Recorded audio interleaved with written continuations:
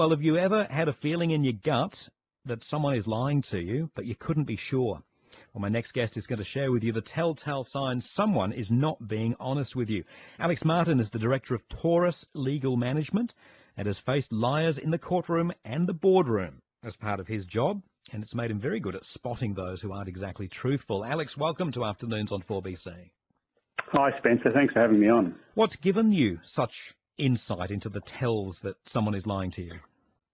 Well, it started with experience. So I've been in court many times, and I've interviewed many witnesses. And so it began with experience, and then as a result of that experience, I did some research, and I've read, academic papers and psychology reports and that sort of stuff, and so have developed a real interest in detecting liars. And you say, as a starting point, that humans are bad liars. Is that right? Yes, that's right, and it's actually probably the most interesting thing that I've noticed from my experience and from the research is that human beings don't like to lie. They're uncomfortable with it. I suppose that's quite reassuring, but it's that being uncomfortable that leads to you being able to spot when someone's lying, because they exhibit the same sorts of behaviours when they're uncomfortable. And they try to avoid lying with the answers that they give, right? Yes, that's right. So the important thing is asking specific questions so that people can't avoid the lie. Because normally people get vague or they try and avoid answering the question at all if they can. And in general conversation, often you allow people to not answer a question. You're not always being cross-examined in court. But when you're trying to detect whether someone's lying, it's important to ask specific questions so that they can't avoid the lie, even if they want to. So can you give us an example, even just a simple example of how you can use that follow-up question? Oh, sure. Yeah.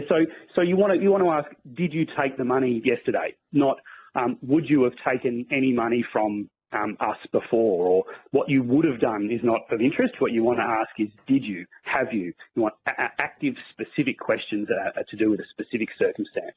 Because if you say, would you have taken the money? Oh, no, that's not something that I would wouldn't do that sort of thing. Yeah. It's actually a classic response in liars is to talk about, they talk specifically about what they did when they're telling the truth, and then they suddenly switch to what they would have done. Yesterday I would have taken the dog for a walk, rather than yesterday I walked the dog. What they would have done is not of interest, and often it's a way of people, because they feel guilty when they're lying, they suddenly switch their language to this kind of vague, general language when they're normally a specific person. And this is what you call lying language? Yes, that's right. So there's a number of examples of lying language. Avoiding the question is one of them. Becoming vague is another.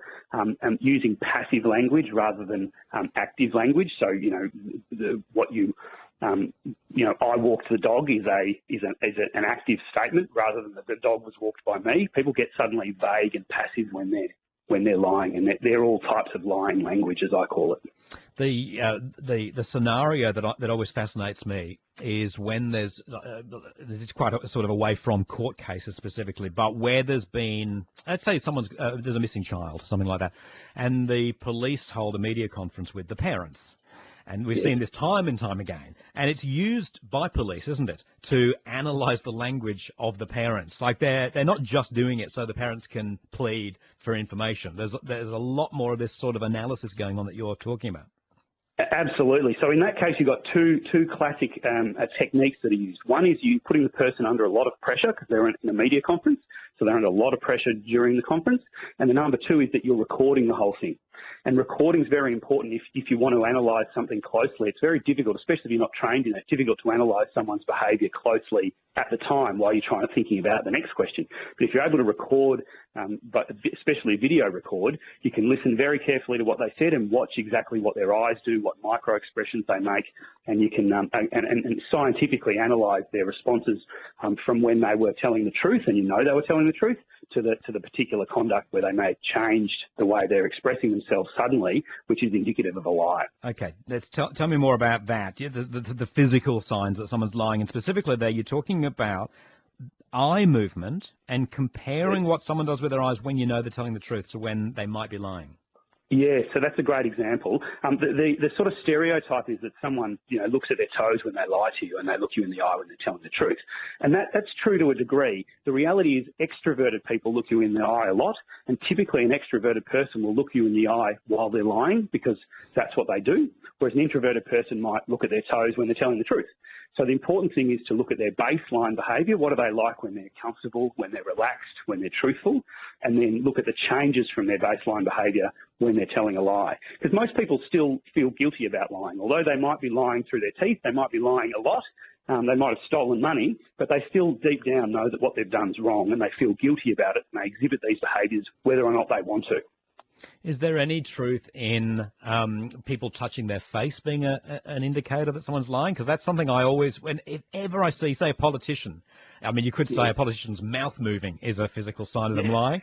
But, if they touch their face, I just go, no, there's a reason. It's caused you to be itchy maybe because you're telling a lie. Yes, well, I think on Seinfeld they say the further up the face you go, the more upset you are. If you touch your chin, it's no problem. But right. if you touch your forehead, you've got to get out. Certainly, there is some truth to that. Again, it's about baseline. So if somebody who's a fidgety, vague person generally, they might touch their face when they're speaking normally. That's not indicative of a lie if they do that. But if somebody is, and Bill Clinton, when you watch Bill Clinton interviewed, he never touches his face. He's a smooth operator. But then in some of the stuff to do with Monica Lewinsky, immediately hands to mouth and hands even to forehead.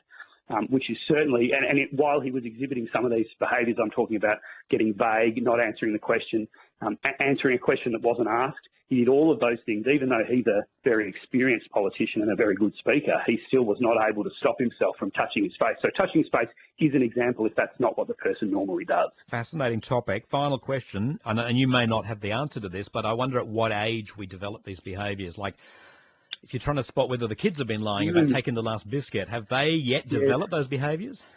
Well, what I can tell you is that intelligence, that lying is a sign of intelligence, and so that the more intelligent kids tend to lie earlier. So if your kids are trying to pull a Swiftie on you, that's probably a good sign that they understand enough to understand that you don't see things the way they do and that they can deceive you.